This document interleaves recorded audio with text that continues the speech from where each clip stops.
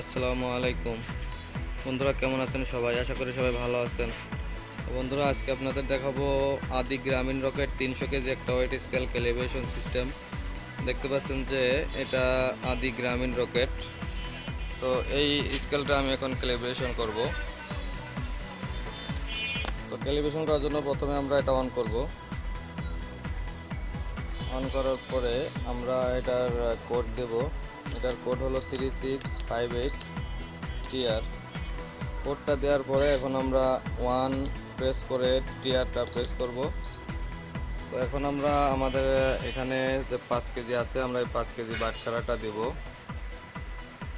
দেওয়ার পরে এখন আমরা এখানে টিআর বাটনটা প্রেস করব।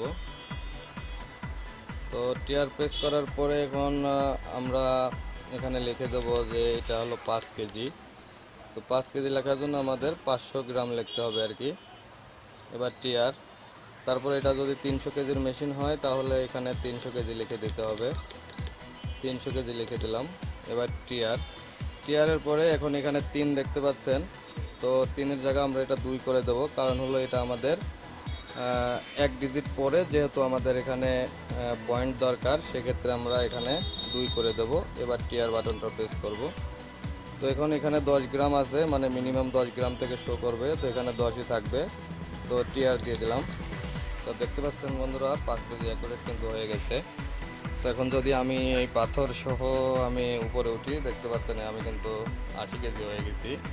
তার মানে পাথরটা 5 কেজি আর আমি 75 কেজি। তো দেখুন আমি 75 কেজি 200 গ্রাম ওজন আছি। তো ধন্যবাদ ভিউয়ার্স ভিডিওটি দেখার জন্য। আসসালামু আলাইকুম।